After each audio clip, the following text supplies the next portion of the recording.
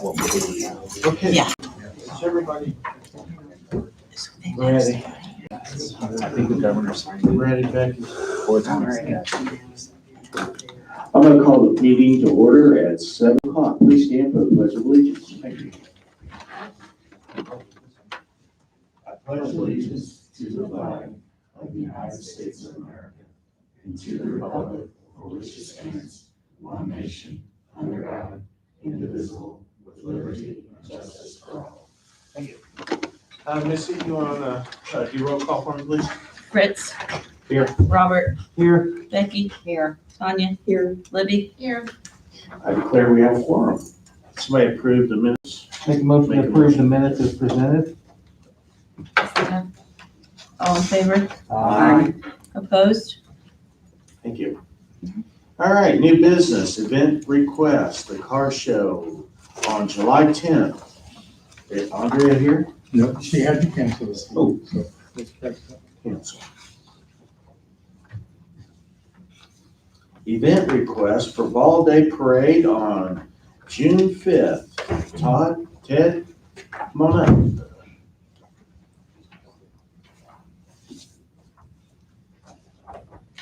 Yes, Ted Bragdon with the Mount Vernon Optimist.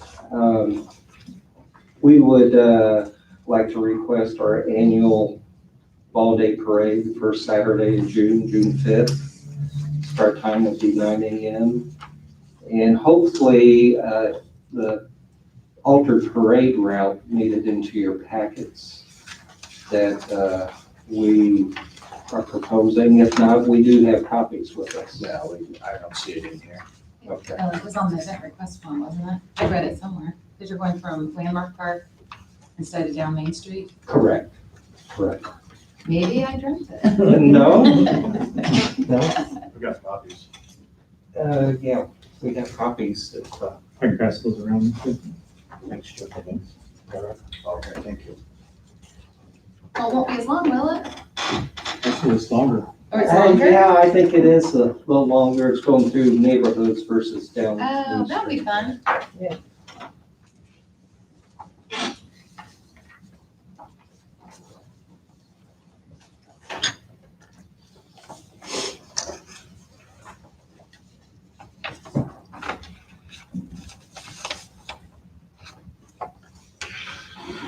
It would be fun. There's a lot more parade there.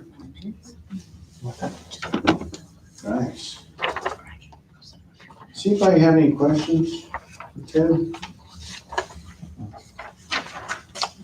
No inflatables or anything that And you're, we are Yeah. too. We are too. you're not doing any inflatables or anything like that this year? I'm sorry, Ron. You're not doing any inflatables or anything like that this year? The bounce houses, no. Yep. No. Oh, a good parade route would be, like, see how that works out. That'd be nice. Maybe they switch it up every year, go to a different neighborhood. Sure. Sure. I make a motion to approve the Ball Day Parade request as presented. I second. Second? All in favor? Aye. Opposed?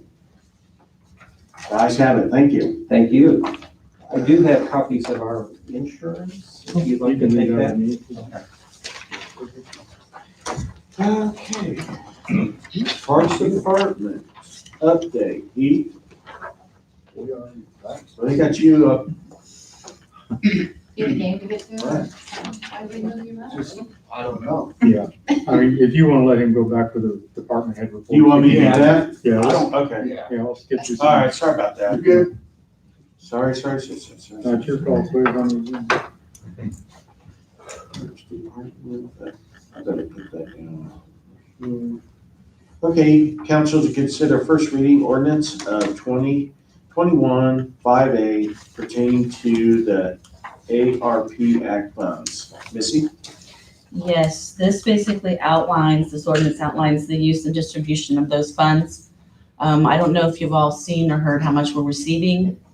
It's supposed to be around 870,000. We should receive the first payment this month. And then the next payment is at least 12 months after the first. So the second payment would be received probably, I'm guessing, June of next year. We have to use those funds by December of 2024. And it outlines on here what they're useful for as well. I'm under section 2. I don't know if y'all have taken a look at it or not, but I don't know if Alex wants to add anything or not. It's pretty straightforward. Yeah.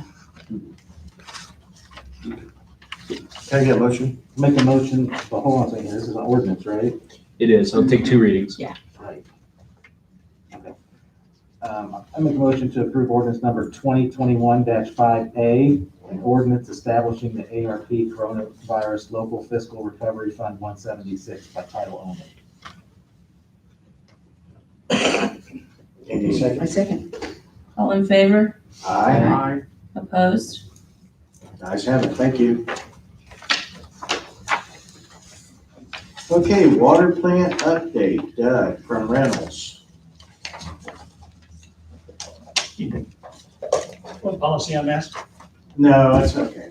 Just stay, social distancing. That's, you know, drive this.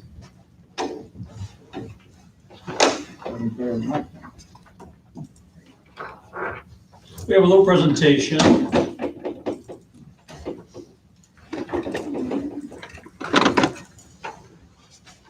We'll just go to PowerPoint.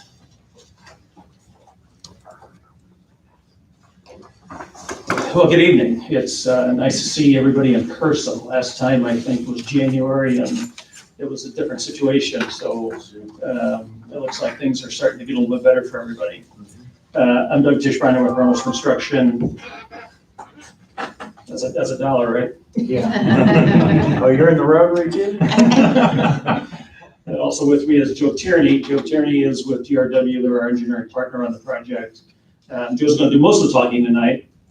Just up here for a couple of slides. Again, just want to say thanks. As you might remember, when we entered into the agreement that we're currently under, it was a multi-step process.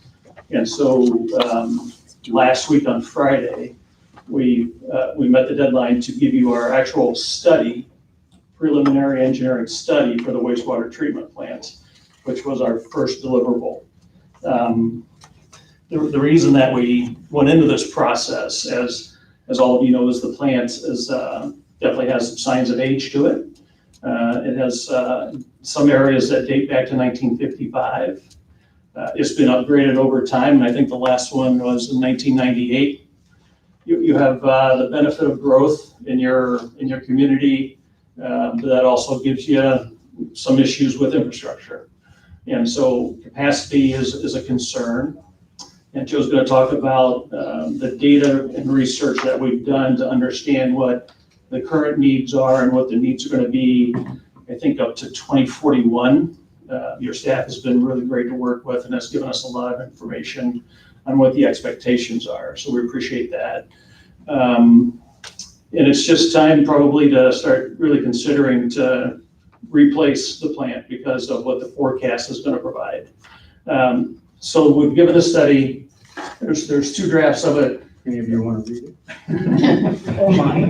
It's a pretty in-depth document. It componentizes the part of the infrastructure system that need to be addressed very specifically.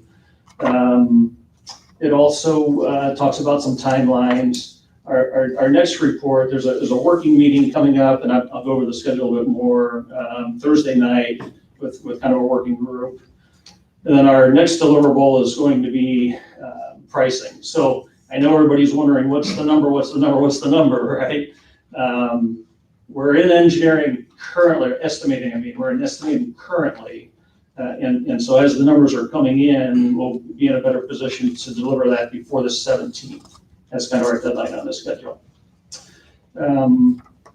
So with that, I'm going to give it to Joe and kind of get into the nuts and bolts about what our findings are and kind of the direction that the plant's starting to take. Thank you. Any questions for me before I go? Any questions? Thank you. Just click. Okay, well, thank you for having us here. I'm Joe Tierney, I'm with GRW Engineers, and I think Doug has pretty well summarized everything. The big thing always is the cost, and we are working on that cost right now. And I thought what we do tonight is kind of give you an overview of what the study was, what we did, and what we found, and what we're recommending. And we've got a couple of pictures at the end that could show you some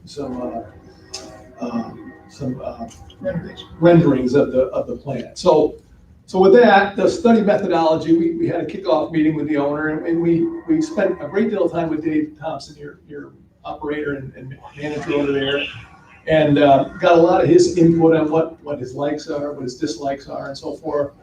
And that was extremely helpful. We also went and looked at a couple of facilities that Reynolds is actually building right now to kind of get a feel for what some of these things look like. So part of the study was collect and review existing data. We looked at old plans, we looked at old reports and so forth. Your operating reports, your water records. We actually had you guys collect more samples of the raw water and the finished water, so we could get to more sampling, so we knew which treatment process to match with that, to make sure the process we were looking at were appropriate. We developed existing and 20-year future projections, demands. This is the big thing, right? You've got a lot of growth going on. You've got a plant that's old, that's undersized, and you got a lot of people coming in. And really what we're looking for is your plan of the future. We identified some feasible treatment alternatives. We looked at any potential environmental considerations like floodplains and so forth, and I'll talk about that in just a minute. And then in the end, we present a recommendation on what we think you should do. And as Doug just mentioned, with that will come the pricing here, which is always the important item, is how much is this going to cost and so forth. And as we close this out, Doug will go back over the schedule here in just a few minutes, okay? So I'll try to move through this fairly quickly.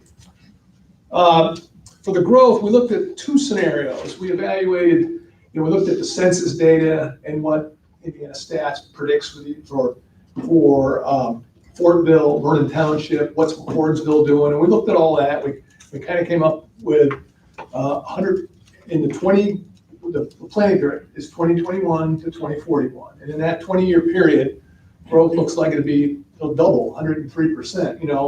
You're currently at 4367, and look, it's predicted to go to 8864, about 5% per year, and scenario number two, we were able to work with your planning department. They have these very comprehensive maps of all these new subdivisions that are in and are going in. And to me, that's very telling, because that sometimes the census data might lag a little bit, and you guys are seeing the growth. We looked at your new customers between 2017 and 2021. I think you had 11% growth every year with these customers, so it's coming, And so scenario number two, we use that planning department data, and with some assumptions on build out based on what they knew from the builders, and that's 180% growth over 20 years, or about 9% per year. So there your population's almost tripling, 4367 to 12,200. So using those two scenarios, we took scenario number two as the more extreme scenario. We looked at your average day consumption, average day demand, peak demands. So using scenario number two and looking at your water record, you have a peaking factor of about 2. The water loss in your system's about 10%, which is pretty good for a system that's typical. We also had your unaccounted for water usage. In the end, we came out with a 20-year design capacity of about 2,000 gallons per minute, right? The current plan, as you saw on that first slide, it was started out at 250 gallons a minute, and back in 55, in 1965, it was 500 gallons a minute. In 1998, you made it up to 1,000 gallons. You also added a draft aerator there about 2 or 3 years ago for 2,000 gallons a minute. That is one piece of the equipment that we're going to try to repurpose and reuse in this thing. So what we're looking at is a 2,000 gallon per minute plant to serve in the 20 years. And I'll talk a little bit more about some of the features here. So just the existing conditions, your water treatment plant, as I mentioned, is 1,000 gallons a minute. The newest portion of the plant's around a little bit over 20 years old, but some of the older portions are 65 years old. The concrete reaction basins are really in tough shape. They're stalling and cracking and so forth. The process equipment, the piping, the controls, they're all at or beyond their useful life. So they don't operate at optimal efficiency. Your wells, you've got 3 active wells, 2, 3, and 4. 1 inactive well. Well number 1 is not being used for the water plant. The projected 20-year demand would require that we probably get another well. We need another well there. And the well houses need upgrades and repairs, okay? So those are some of the things we saw there. The electrical, so you've got a site plan, and I got a little pointer here, and I'll try not to hit anybody with it, but on that site plan, right up, I won't go onto your screen there, but the building, your existing plant, you've got an electrical, quite a bit of electrical transformers right behind that building, and the idea, you'll see in a minute, is thought has been to put the new facility right behind there, try to put it in there. Well, one of the things we're gonna have to do, we're gonna have to move those lines there, because they're in the way, okay? So we went out there, we met them, I think they're working on pricing for us if they haven't already provided it to us. Existing power lines on the north side of the plant, they conflict with the new plant. The standby generator is working, but it's not gonna be big enough for the new plant. So that might have to be repurposed somewhere else, but we're gonna propose a new generator here in a second. So there's the electrical. Feasible treatment alternatives. You have iron. Iron is your main problem in your water. You have some manganese, but it's at pretty low level. And we looked at typically rapid rate gravity filtration is one option. Rapid rate pressure filters, vertical and horizontal. That's what you have right now. You have a couple of vertical filters and you have one horizontal filter. We also looked at a lesser level ion exchange. That can be used when iron is at a much lower level. It doesn't apply here, okay? Chemical sequestration is also used when you have lower levels of iron. We took that out of our consideration. And after talking with Dave, really what we're thinking is we want to do more of the same, the rapid rate pressure filters. It's a tried and true technology. It's something that's well used around here. It's well known. So we think it's the right way to go. Hardness removal. You've got an ion exchange process right now. Lime softening is another way to do it. Nanofiltration with reverse osmosis is another way, and so is pelletizing softening. But all those are newer technologies. They can be expensive and maintenance intensive. So again, we're thinking that let's go with the ion exchange vessel, and that would be the way we recommend you going with that for softening. Environmental considerations. Hazardous materials, lead-based paint, and we did a lead-based paint and asbestos survey was performed at the project site to document their presence. Good news is there's no asbestos out there.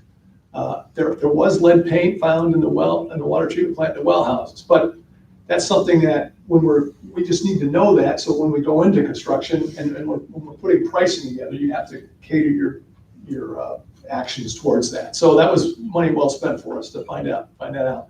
Floodplains, the water treatment plant and wells 2 and 3 are outside the 100-year floodplain. Well number 4 and 5, which is proposed, and I'll show you that in a second here, are located within the 100-year floodplain of Jackson Ditch. The only accommodation we'd have to make there is the new well casing would need to be 3 feet above the 100-year flood elevations. That wouldn't be a problem on that.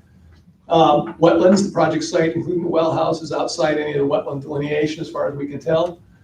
Surface water, we're not crossing any surface waters for the project. Plants and animals, no negative impact anticipated. We're constructing on previously disturbed lands.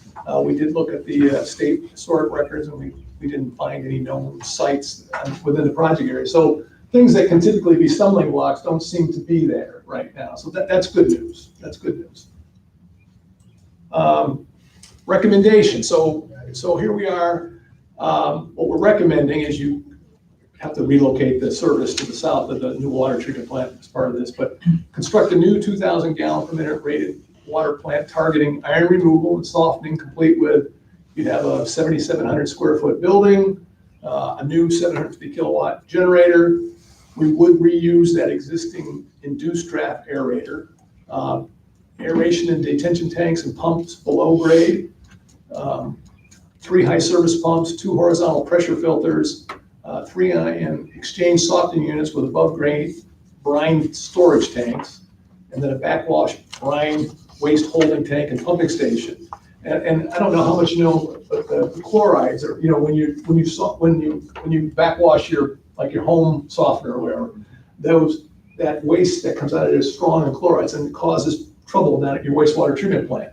This design, and I'll show you in a second here, the building will be over the top of a 250,000 gallon tank. That waste will go into that tank along with other filter backwash that doesn't contain brine, dilutes it. And then we'll pump it into the sewer at a slower rate. And by doing that, we can dilute it. It'll be dilute in the tank, and it will be more dilute as it gets into the sewer line and then onto the treatment plant. We think that's the simplest and easiest way to handle that. So to continue, there'll be chlorination and fluoridation, chemical feed systems, miscellaneous site improvements, paving and parking and fencing. We believe we need to upgrade wells number 2, 3, and 4 with pumps, piping, and replacement, chemical rehabilitation, clean screens, and so forth. One of the things we found is that the piping, pulling the water through, when you pull the water through the screens at high speed, high velocities, it encrusts the screens, it clogs the screens faster. So we're recommending, like for well number 5 is a proposed well, and again, I'll get to that in just a second here, but running an 8-inch raw water main to slow down that velocity, and it puts the pumps at a better spot to pump. You don't use as much energy when you don't have as much head to overcome. And then finally, you would keep the existing plant in service while all this is being done. And then as your new plant's up and commissioned, then you would demolish the old plant. So let me show you a few pictures here just to kind of give you a feel for what some of this is. Now here's the bigger site plan. And then over to the left at Church Street, well number 4 is over there, and we're saying that well number 5 would be a good place for well number 5 to go. And I think you can, I won't go on it. Does your cursor show up on the screen too, Graham? Yeah, I won't do that. Oh, this thing here? Use your cursor.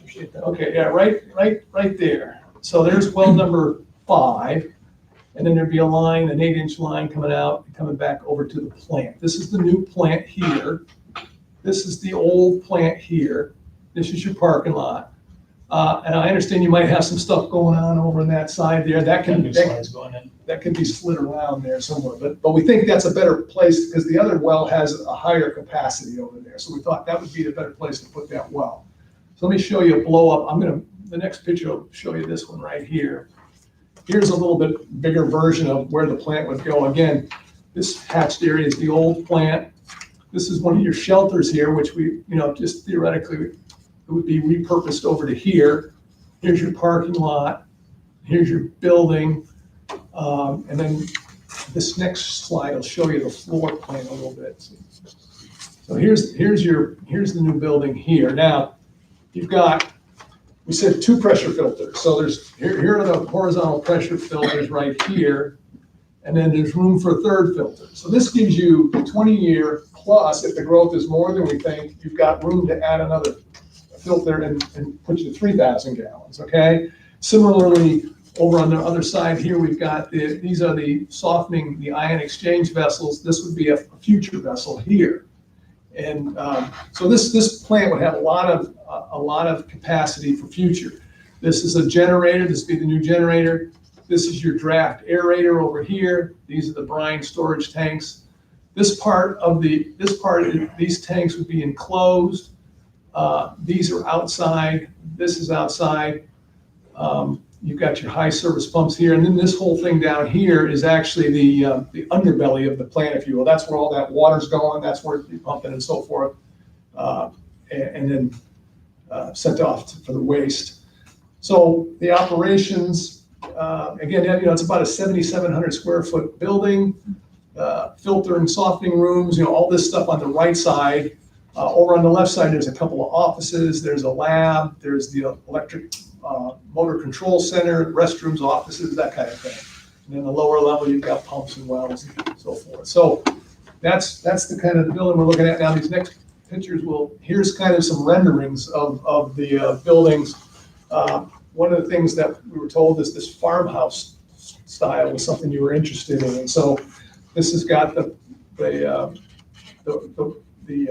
brick or the stone and with the hardy plank and the cupolas and so forth. And these things right here, I point these out right here. These are translucent panels that if you need to take one of those big tanks out of service, those can be removed, so that you can allow access.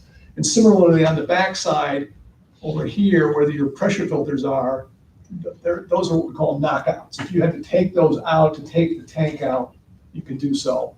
So there's one option of what the plant might look for like. And then here's a second one would be The exterior, this is more of a traditional masonry block and cement board siding, more of a utility type look, but so it's something to consider as we go down the line, and what you might like out there, you know. So those are the styles of building.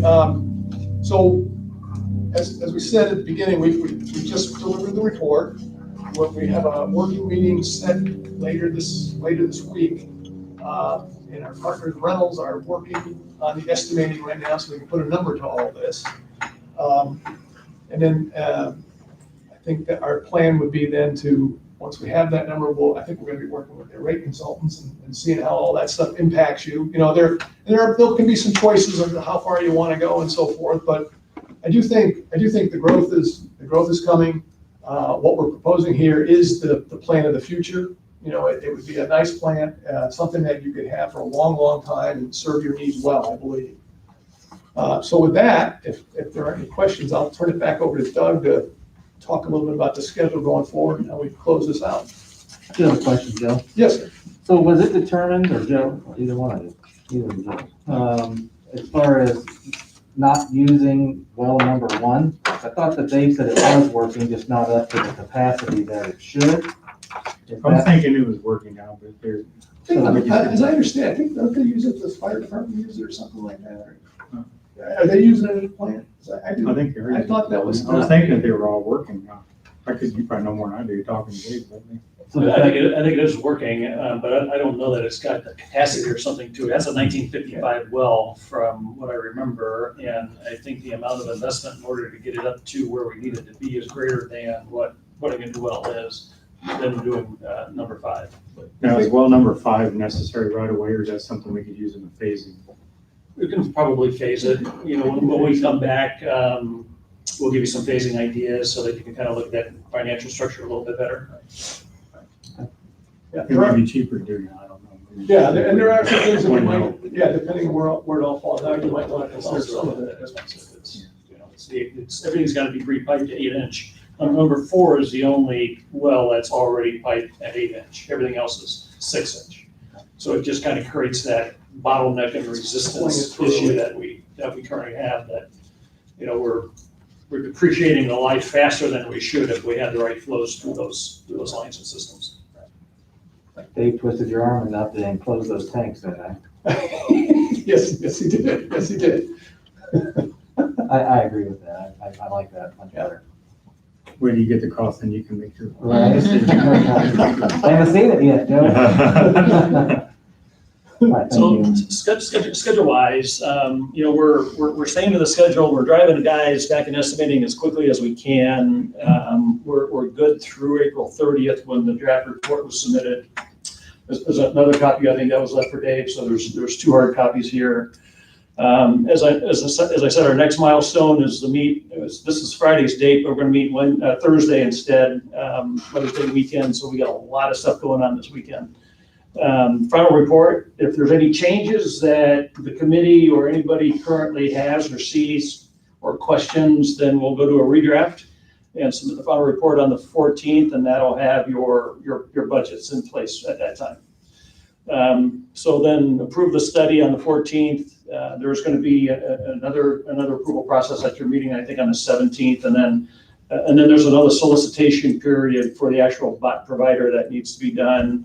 And the original said we're going to do that on the 17th as well.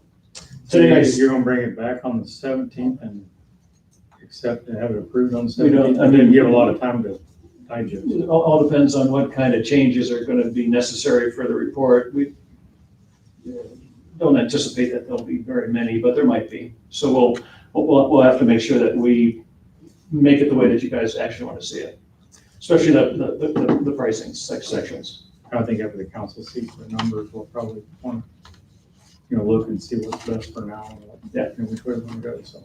But I there's, just don't want to present it and say, Yep, that's it absolutely. tonight, without having time to digest. So it's ready to go. But just kind of review that there's another solicitation phase for the bot developer. I've sent Joe today a copy of the resolution, the advertisement, and the RFQ. I think we got that. Advertise it now. And then the rest of the process, you've got to advertise twice, and we'll get through all that as we kind of continue to work through the process. Thank you. I'll be Any receiving a questions? copy of that at the meeting coming up at the end of the week. You're welcome to take this with you tonight and read it and bring it back and give me a report. Any questions? I think you covered it very well. Thank you. Thank you. We appreciate your time tonight. Nice meeting you. Did you want to touch on some of the other projects we're looking at since you want to wait on? So, yeah, thank you. While we were here, we were looking at renewable energy, specifically solar power, at the wastewater treatment plant, the water treatment plant. And unfortunately, there's space limitations to put the amount of capacity and renewable energy that we need to help those facilities. And so we started looking at roofs, and the roof at the community center is perfect, and the roof for town hall is perfect. And the loads for both those facilities is low enough where we can bring in renewable energy and offset pretty close to 90% of the power that you consume. And on an annual basis, reduce what you currently spend by about 20% of those two sites. So you're going to see some of that information coming your way. The roof of the community center has suffered some tornado damage and some significant repairs, and it's a membrane roof, and it's a little tired as well, and it's starting to pull away. And there's some repairs that have been done that aren't necessarily as strong as they need to be. So you're going to see a roof repair item is there as well. Talking to Heath, there's an opportunity to maybe bring some additional revenue into the town by putting some sport lighting at the ball fields, baseball, softball, and basketball. All of those fields and courts probably haven't been lit for 3+ years. The lightning strike, I think, took out everything. So we've got a proposal to relight, clean it all up, get the wood stuff out of there. And then the last one is to resurface the tennis court. If you haven't been out there, there's some pretty sizable cracking that's taken place, and being a tennis player, it's kind of a liability. So I would say let's take care of it and get rid of it. So we're going to resurface it, fill the cracks, get it back to playable condition, new hardware nets, and then get those lights working as well. So those are some of the other projects that we've looked at while we're out here. And then the last one is Town Hall. There's been a renovation project on the books for a couple of years. We've got contractors out going through the building, looking at the original floor plans, and you'll see some numbers and some ideas on how we can get that done as well. Since the BOT was introduced a few months back, that was something that you guys had mentioned, see if there's other things we could take advantage of. So those are some of the projects that we've got them looking at, so they'll have some numbers for us at our next meeting. Was there insufficient space in the field south of the sewer plant for solar panels, or we want to keep that clean for potential or something We else? do need some growth out there, some space out there for expansion of the sewer treatment plant. Yeah, we looked at it. We actually dropped some panels on it just from a modeling perspective, and I think the growth agenda is probably a better fit than putting a bunch of panels out there that year. Still just in case, okay. Okay. Yeah, well, thank you very much. Thank you.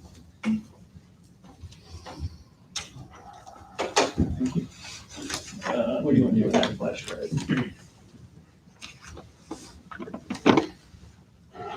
I'll just go pull it out of the back. Yeah.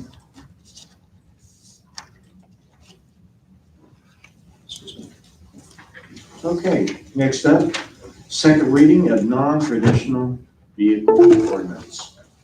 I think we've talked about it enough, but any public comment, please?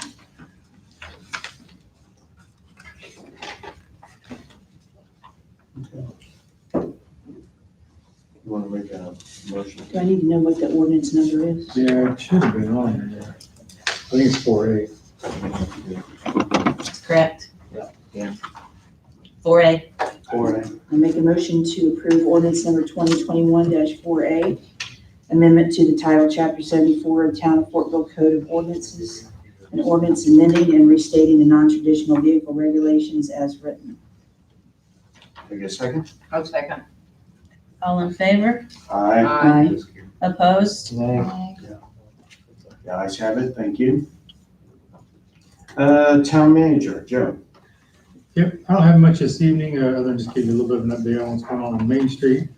They pretty much got all the concrete put in north of the tracks on the east side. They've moved all the barriers this morning, started cleaning up the road, and let traffic have everything north of the railroad tracks on both sides. They are gonna come in and put some black paint on those white lines and restripe those because the angle has changed. Now that the sidewalk's a little bit wider, we don't want those vehicles sticking out in the traffic portion of the lane. So they will be working now, tearing up from in front of the post office, heading south to Pearl. Good. They actually went pretty quick on the section that they were on, so I'm hoping they've got a rhythm now, and they're gonna go a little bit faster. Hopefully we can hit that side down even quicker. Did not feel quick. Well, not from your aspect, I'm sure. Did you drive by there on your way here? Either one of you? No, I didn't go down Main Street. I didn't Did know. you drive by there? People are already parking wonky. I came to the Are Stat they? Street in Maine and cars were parked, like they backed into the space. Oh, wow. So it like tripped me out. That's because they can't go north, No, they, so they're going south and. oh, probably, yeah. Remember that doing it. We need to get out there and ticket some people. I'm sure that would be very favorable in light of all the That'll construction. help. Make everybody smile. Why is there still on? I'm about That's to all I say, got, unless you have any questions on Main Street or anything else. The guys have started flushing fire hydrants this week, so they'll be working on that pretty much all month. And what about the one over there by the church? Is it done? Yeah, it's Still working on It's done. it? I haven't been over there. So- Yeah. Or I You probably, haven't heard anything? I've been over there, I just haven't looked. Yeah, it's complete. Oh, well, good, thank you so much. Does anybody have any questions for Joe? Okay, thank you. Heath, you ready now? Sure. I like that outfit too. Heath Luther, Parks Manager for the record. I don't have much tonight. One of the things I do have though, and Alex and Joe, please step in if I'm not speaking correctly on this. One of the things that I talked about doing with the Parks Department is getting some programming going and being sponsored through the Parks Department. Obviously with it just being basically two of us, it gets a little bit hard to plan it and run it. So what a lot of other small parks departments do, and I may have mentioned this, is they run, I don't want to necessarily call it a third-party system, but they find people in the community that want to run programs, whether it's a fitness program or, anything under the sun that you can think of, a knitting class or a cooking class, something like that. And they sponsor it and they run it through, quote unquote, everything says it's done by the Parks Department, but it's promoted by the Parks Department, it's being run by somebody else that will basically handle everything. And the question was brought up is if we do that, and let's, for instance, say there's an aerobics class that runs out there, and she wants to charge $5 for the aerobics people to come in. We are sponsoring that facility. There's a portion of that could go back to the Parks Department. The question was, do we have anything from an ordinance perspective? What would stop us from doing that? Alex, I don't know if you want to. It's fine.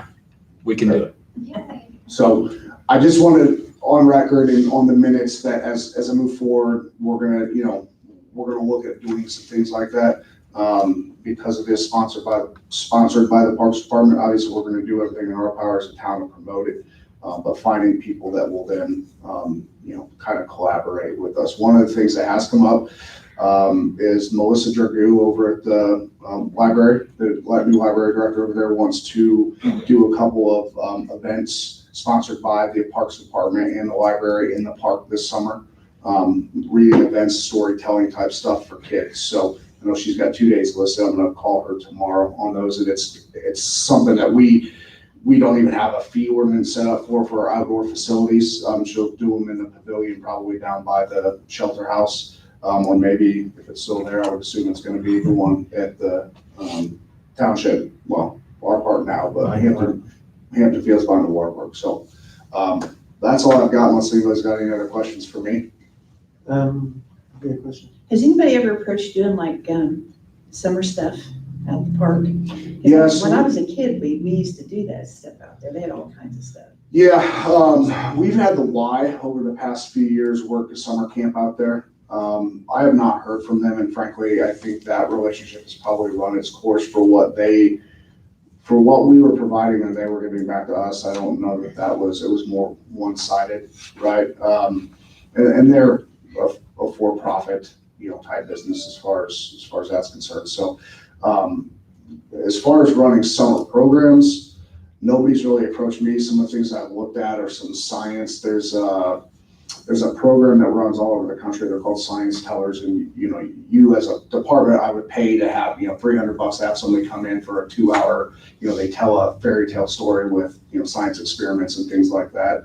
So doing little things like that to be able to provide basically free event services to the community and mainly little ones. So just so everybody's aware, I did hear, and this just came up within the last 24 hours. One of the ladies at the Head Start program over there, I haven't even told you this yet, told me today that supposedly they are looking for another facility. I don't know what that means. I haven't reached out to the Head Start people yet, but they are talking about moving locations and moving facilities. So that would free up some space in our community center to do a few things that I think would be good for the community. So is there any process in place that you would have for vetting the individuals that are going to be basically performing, town's sponsoring their events, as far as, especially if you're dealing with kids? Yeah, it depends on obviously what it is, but for instance, this Science Tellers is a national program that, obviously everything, they're a corporate entity with, background checks, all that kind of stuff. Obviously, that's something I could probably discuss with Chief Bratton as far as, running, if we do have somebody that's interested and say, hey, I'd like to run a program for the kids, be able to do some kind of background check on them before that happens. So Is that something you'd advise, Alex, or? Yeah. Definitely. But then Missy asked about liability. And so Right. when we get to that point, we'll look at it. We'll look at the town's insurance policy to see whether it's akin to a reserve police officer. They're volunteers for the town. It's running through, right? We're not paying them. They're not employees, but they're putting on the service through the Parks Department. So we want to make sure, talk to our insurance rep, see whether the entity is covered under our policy, whether we ought to have an additional layer of insurance that the volunteer gets as well to cover. So we'll cover all that. And then I was out at the dog park last week. I thought, when was the last time I paid? Are you guys gonna send a bill out or an invoice, or how's that work? Well, so first of the year, if you have a key to get in right now, you've paid for this year. Okay, If your key doesn't work, you haven't paid for this year. okay. As long as you get your key. Yeah, the lock was changed at the first of the year, so Okay, good. anybody that uses it has to purchase a new, it runs from January 1st to December 31st every year. Okay. So, and I've had some issues over there. I've gotten a few phone calls over the weekend, so it's a constant reminder. We've removed an aggressive dog from over there. I've gotten complaints about kids being in there feeding dogs and things like that. So the usual, it's par for the course with it. So, All right, well, thank you. thank you. Adam's not here. Did, what, that later? I'll ask the question later. Okay, clerk treasurer. You got anything for us? Well, you have all the financials through March. And I really don't have anything else unless you guys have something for me. I got, like, Core, I saw that they were on the, I'm not sure what the contract that we have with Core, was it like 90,000? I sent out an email, did you read that? Do you remember what, it was like 90? Do you know? And then, do you know how much we paid them so far on their contract? I'm sorry, I was sick, so I wasn't at the last RDC meeting. But I have a spreadsheet that I can email to you all that shows all the payments we've made through the RDC commitments so far. But it's still, because this thing still we lost a year there. And then, I was just making sure we were still on track. All right, thank you.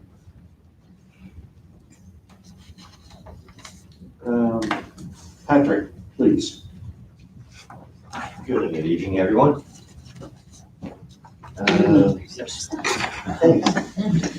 Couple updates. Our clock camera system for our license plate readers, they have been installed into the system as far as every other agency around us can see them. We're setting up the sharing.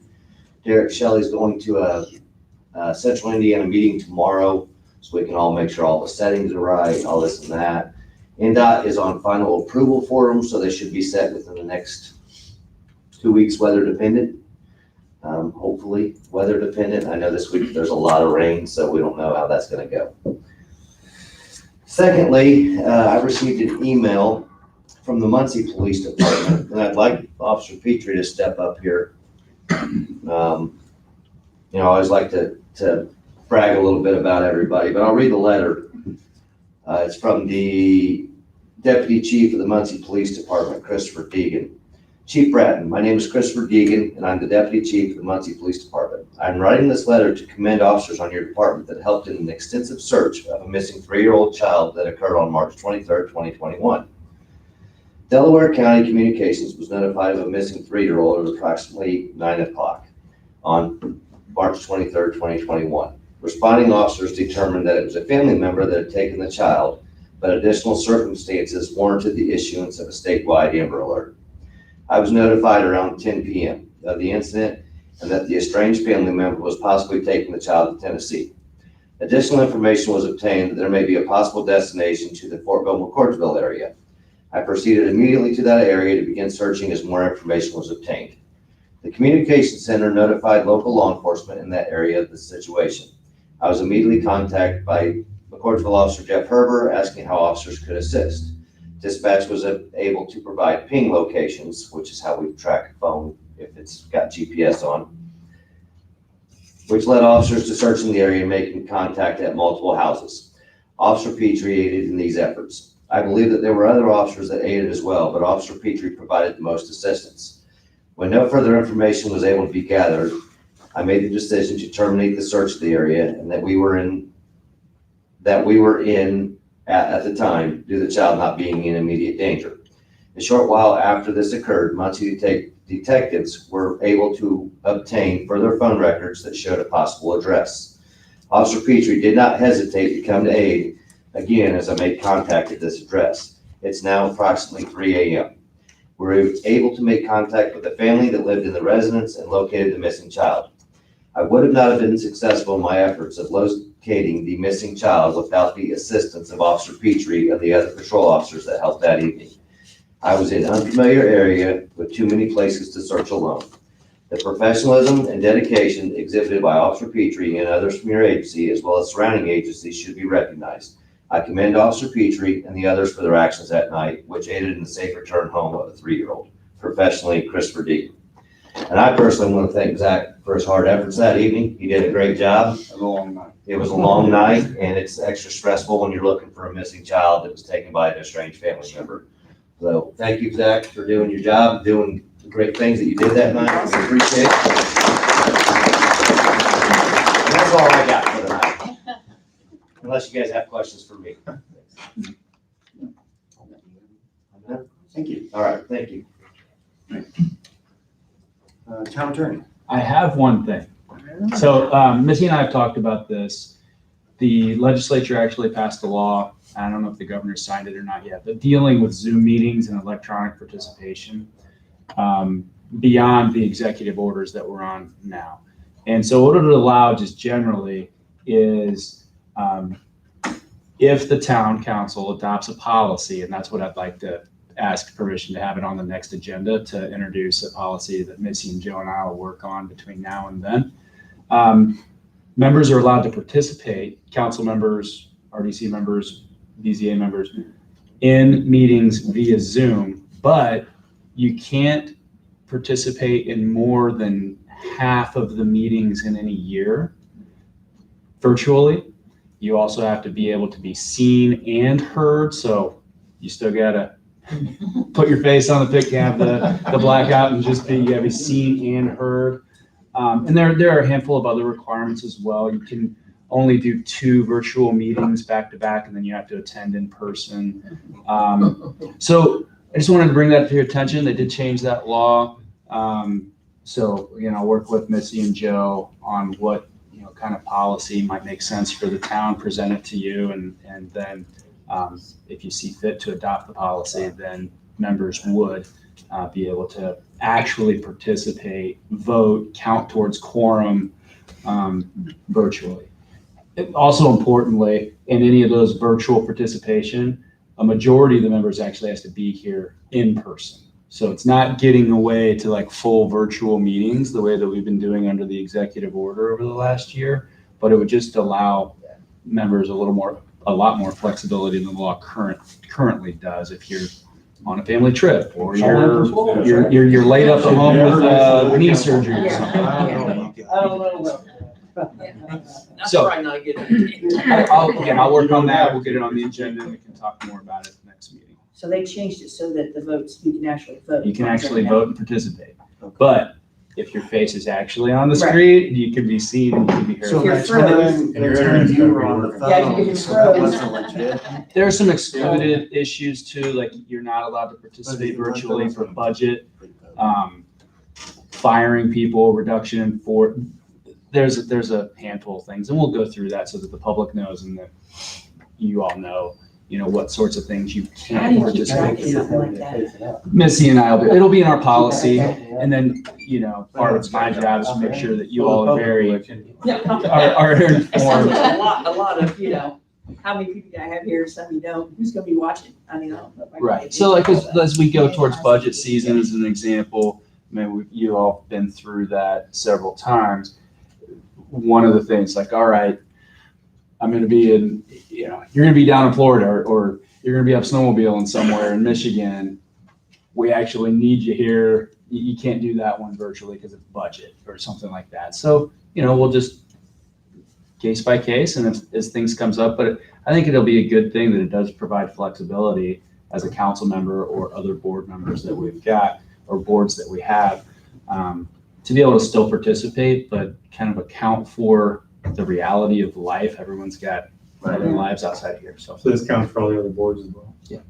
we'll be able to do that. And our policy can be more restrictive than what the Yes. state requires, but Yeah. not less. That's right. The state sets the floor, right? So can't go below that, but and then it'll be on the table for you all to consider what makes the most sense, what works for Fortville. I got one question. I think there was did we get that else? I was kind of not on the email chain, but was it just me and you about the planning commission and what?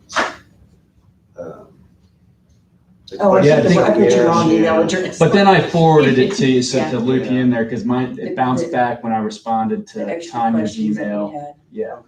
But you said you had some more questions. Well, no. I just wanted to make sure that the next time it's maybe a little bit more explain what it's a site plan, and that if there's any additional things, it needs to go to the town council to make a request. It depends. I mean, so in the specific application that you're talking about, it's regulating noise in the town Right, and tying noise regulation to right. hours of operation for business. That to me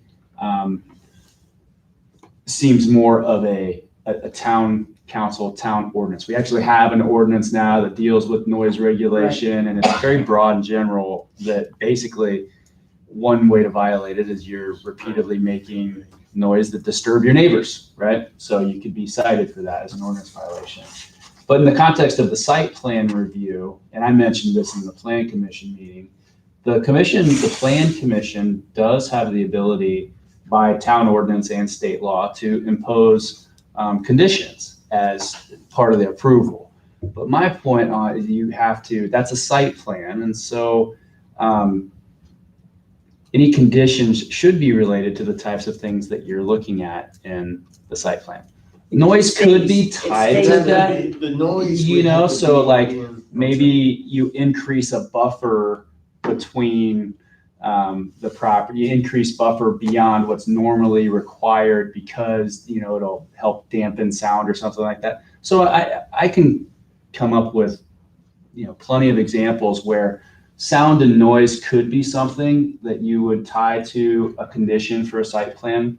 And that was my point with the plan commission, that if they deemed it appropriate, and they didn't in that case, to impose a condition for approval, that condition should be reasonably related to some of the things that you are looking at on a site plan. Well, what I want to do is give the people in my area relief. If they want, they can go to the town council and bring up a noise ordinance or Sure. and put one together, because there's really not one in the comprehensive plan. No. And same thing with the lighting. There's nothing written in the comprehensive plan except for directional lighting, nothing about amount of wattage.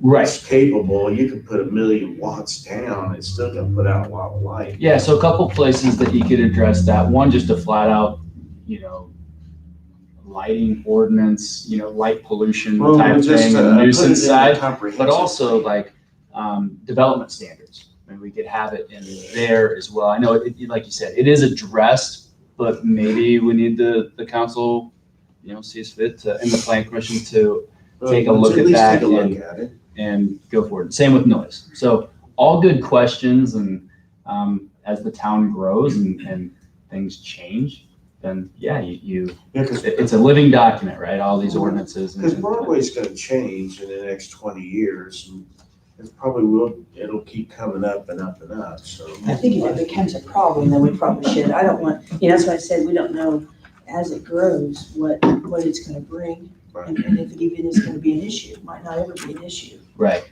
And that's a great point. And that's one of the reasons why having a broader ordinance and development standards, but then allowing the plan commission or the BZA to impose conditions to kind of run it on a case-by-case basis, because everything is different. So it's tough to do a cookie cutter approach that this just applies to everyone, because Denver's is in a location that's different than, you know, And I'm your thinking about your Midcross, stores, too. right? You know, And the wine Midcross is store out and the here ice where there's cream. nothing, Yeah. you know, really. I mean, there really isn't anything around them. So if they do live entertainment out there, it's a whole different situation. Right.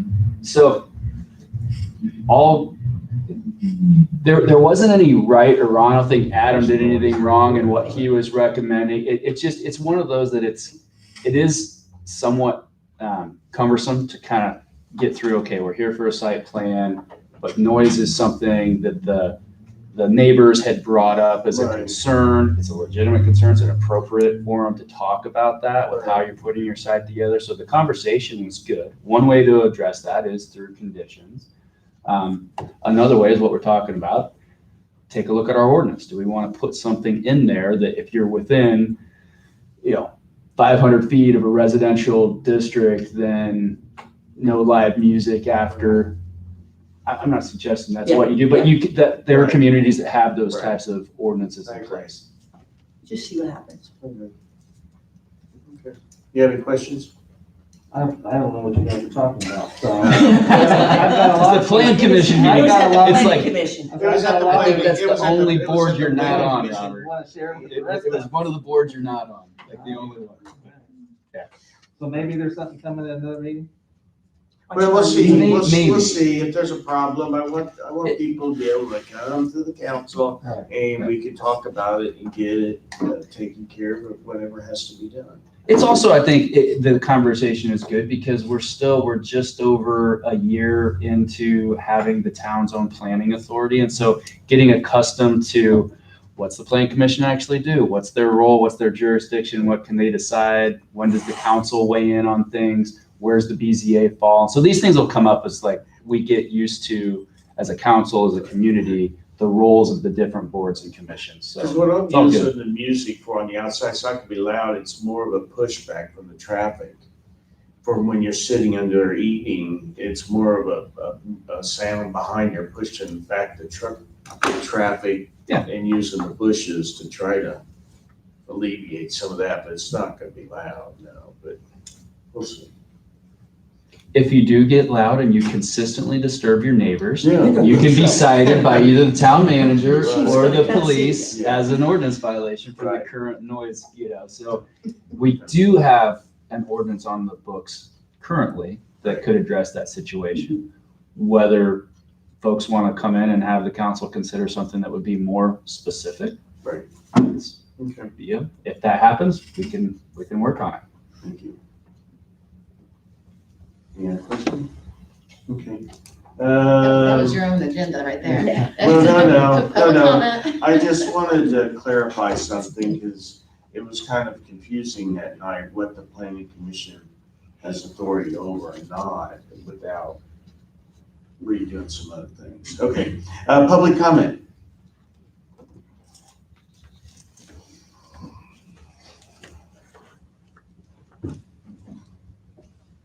Good evening, Bob Sterrett with FAI. I've got 9 or 10 things to go over. What kind of? Actually, I have one. You're not average, what are you? I'm above average. Oh, okay. It did say. I'll keep you off guard. Be careful what you have. I know.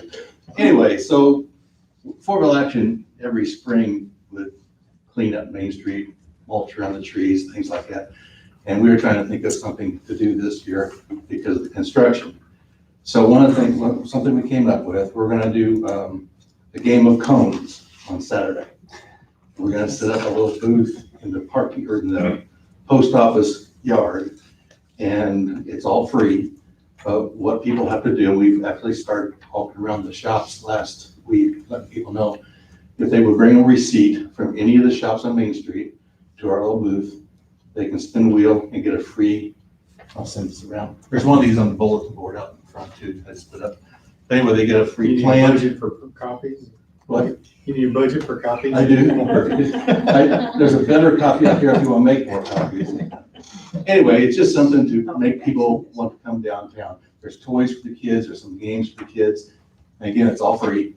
If you get an ice cream cone, they can bring a receipt or show a receipt on their phone or whatever it is, because we told them electronic, whatever kind of receipt is. I just really wanted to let y'all know what we were doing, and kind of encourage you to come down and buy something in one of the shops and get a free flower. So it looks like we got some really nice hanging plants, some Boston ferns, some nice things that everybody didn't get one. There's some 4-inch pots, there's some smaller ones, but it's just a way for people to maybe bring some business downtown. And now that we have this sidewalk done, that's even better. We drove down there. I drive by there about 4 times a day. But anyway, we're gonna be in the yard, so we should be out of everybody's way as far as, and the post office already told us absolutely that's not a problem. So if you have any questions, That's this Saturday? Saturday, 11 to We'll 4. post that if we haven't already. I think we've already put that on there. Yeah. I think you I see did, it on yeah. there somewhere. But I think that's great with all the construction going on, anything to encourage people to come downtown and shop. I think so, yes. So, Appreciate that. all right. So we'll see you all Saturday. Thank you.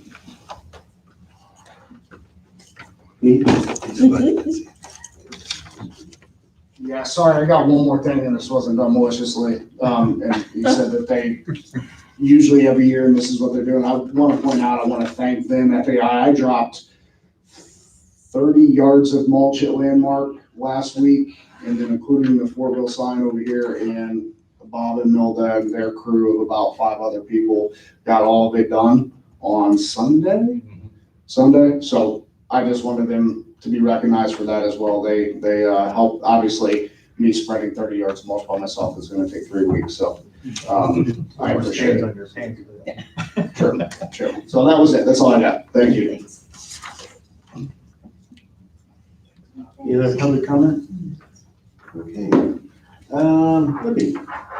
I want to thank FAI for, they've been walking around the stores and doing a lot to see how we're doing, way more than core. So maybe we should give a donation to FAI from the core fund.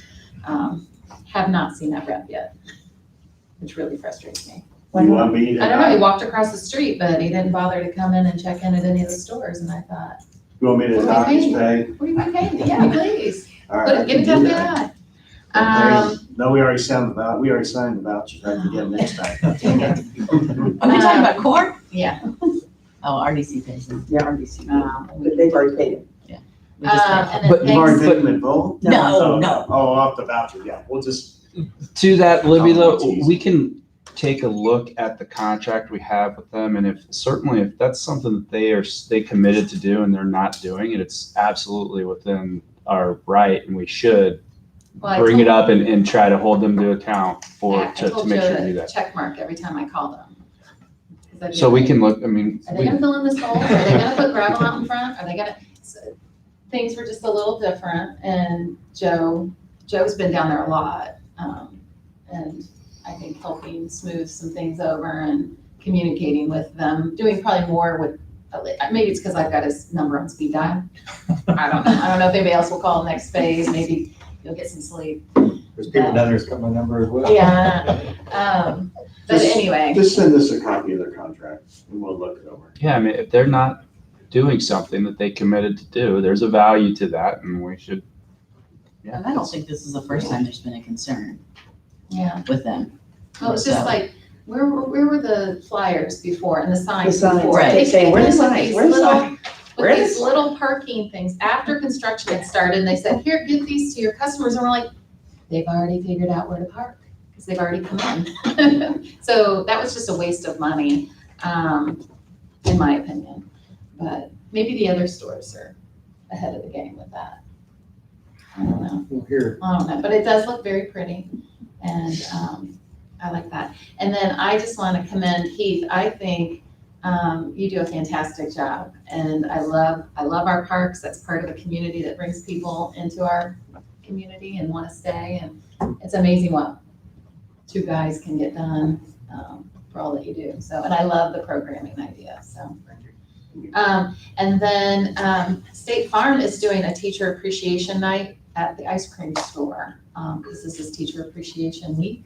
So if you know any teachers, or if any of them are watching on YouTube, because I'm sure they are, it's Wednesday from 4 to 7, and State Farm is giving a cookie or a brownie or a scoop of ice cream for the teachers. All they have to do is show their ID. So, and then on Main Street is Girls Night Out on Thursday. So if anybody wants to come out and get a glass of wine and go shopping, watch your step. watch your step. Don't have too much wine. So, that's all I got. Thank you. I don't have anything. Becky? Robert? Libby took all my time. Oh, I got man. nothing. You don't have anything? I got nothing. Were you gonna talk about Teacher Appreciation Night too? Well, you did a good job. I'd like to make a suggestion that we start maybe zooming in on the Vernon Township trustee meetings. I was at the last one, zoomed in, and there's a lot of interesting stuff going on that it'd be good for the town to know. At least one or two people to zoom in on those, try to make a point to zoom in on those. That's all I got. I'll make a motion, we sign vouchers. Second. All in favor? Aye. Make a motion, we adjourn at 8:08. Thank you. Second. So do we get notification? Do we get notification of the township? Well, what I'm gonna do is get Florida or. We did. Well, what I'm gonna do is just, your email us the same thing, and we'll start sending it out. Because they're doing wanting to sell it. it's an emergency, so as soon as the governor signs it, it'll be in effect. Yeah, and he may have already signed it. On the virtual meetings? Yeah, so they declared an emergency for the bill. Every board, it's all